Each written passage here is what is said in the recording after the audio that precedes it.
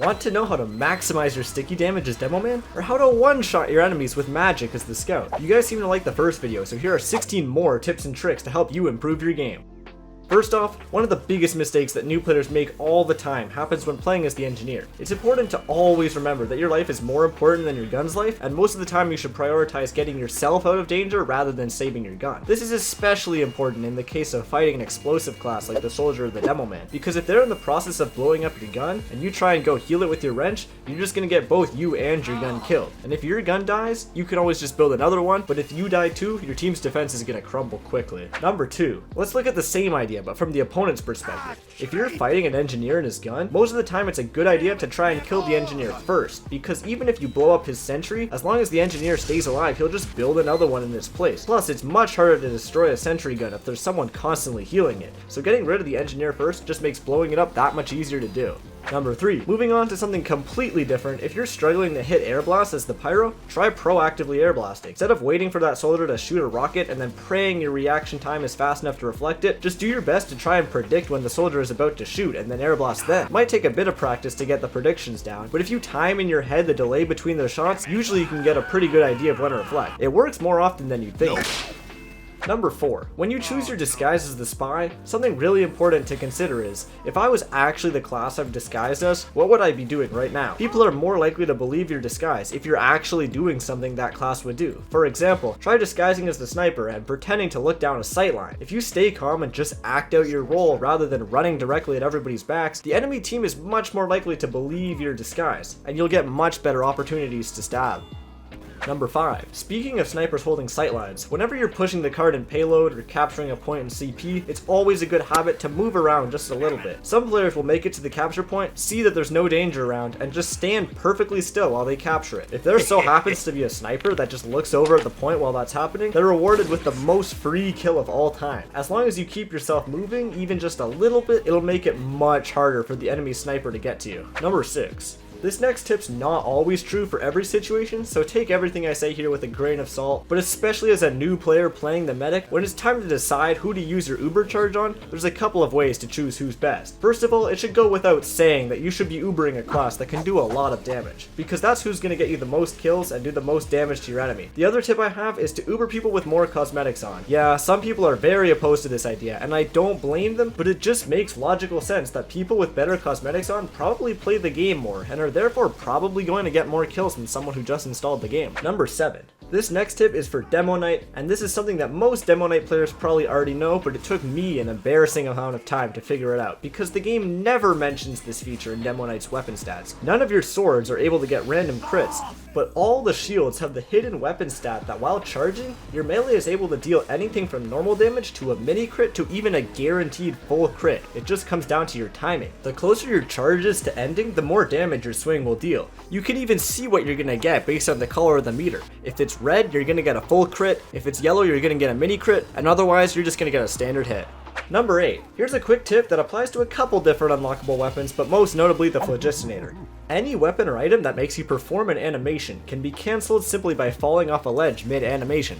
But how do you do this if you can't move around during the animation? Well, there's many ways, but the easiest and most common way is in man versus machine. As the Pyro using the Flog, fill up your meter and activate it while riding on top of the tank.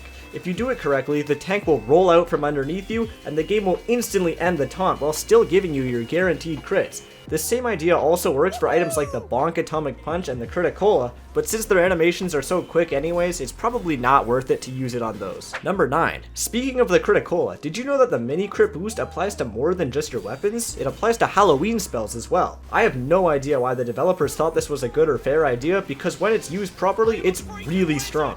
For example, the classic Fireball spell goes from a flat 100 damage to a clean 135. That's already enough to one-shot a light class, and if you take Afterburn into account, it does a whopping 185 damage in total. It also works for other damaging spells as well, like the Meteor Shower. You should give it a try. Number 10. This next tip is another mistake that I see so many new players making. As the heavy, whenever you have to eat your sandwich or your banana, just take cover before eating, and most importantly, put your back up against a wall. If a spy catches you while you're eating and your back is exposed, you're gonna die. And all you have to do is train your mind to always get your back against a wall before eating, which sounds difficult, but is actually really easy in practice. Almost every good player doesn't even think about this, it's just muscle memory. Number 11.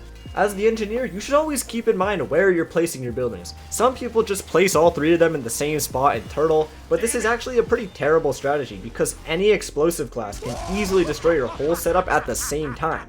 Instead, put some more thought into your placement. Place your sentry somewhere open where it guards an important choke point or a capture location. Put the dispenser near wherever your teammates are fighting and make sure it's behind some cover for protection. And lastly, and most importantly, place the teleporter somewhere in safety behind the front lines. The teleporter is probably the most important building to keep alive, so it's not a good idea to put it somewhere where the enemy can easily destroy it. Number 12. Moving on, did you know that the spy can pick up health and ammo packs even while he's at full health? As long as your disguise's health isn't full, you can use the health kits to heal your disguise.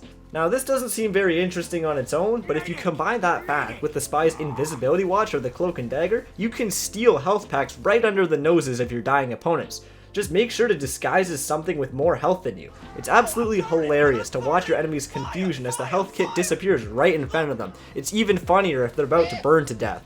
Number 13. Here's a great tip that a lot of new players especially could benefit from. Just play the game with audio on. That's it. I mean, it isn't at all hard to do. While sometimes it's more fun to listen to music or videos while playing, it means you're gonna get snuck up on by some random scout or spy. I know this because I'm guilty of this myself. For the first couple months of playing, I rarely played with audio, and I kept wondering how so many spies were able to sneak up on me. The decloak sound is still sometimes hard to hear, but wearing headphones still gives you about 3 times the chance of noticing the spy. Number 14. While playing Demo Man, you're gonna do a lot of sticky spamming, and there's no way around that. Some people say that the optimal way to sticky spam is to stand far enough away so the bombs detonate as soon as they touch the ground, but there's actually a slightly better way to do it. Stand slightly further back and aim slightly higher. If you can get the right angle, your stickies will explode before hitting the ground, which means they can even explode inside your enemy's hitbox. I mean, granted, it can be hard to actually aim it perfectly to get this maximum damage, but even without perfect aim, this way of shooting can do much more damage. Number 15. A tip for playing the sniper that can make hitting headshots much easier is to keep your crosshair at head level and just look through a choke point. Once you're doing this, instead of trying to flick between enemies, just wait for someone to walk into your crosshair and shoot. Since doing this means you don't have to constantly shoot over and over again, you can let your charge build up and kill anyone in one hit. As long as the choke point you're looking through is busy enough, you can farm kills pretty easily. Number 16. Finally, another tip for the soldier. Did you know that soldiers' rockets deal knockback? Yeah, of course you did. That's the whole point of rocket jumping. But since this knockback also affects your opponents, hitting a shot right next to them will launch them into the air. This can be helpful for a number of reasons, like comboing it with a reserve shooter or knocking people off cliffs, or even just messing up somebody's aim by moving them around. If you're near a cliff or a hazard and you don't have the health to fight an enemy, just consider knocking them off the edge. Be sure to aim at the ground near your target to pull this off instead of aiming at them directly, but this is something you should be doing anyways. And there you have it. That's been 16 tips and tricks to help you improve at TF2. A lot of these tips are for beginners, but if you're an experienced player, I hope you learned something as well. Wait, hold on, there's one more trick? Number 17. Consider subscribing.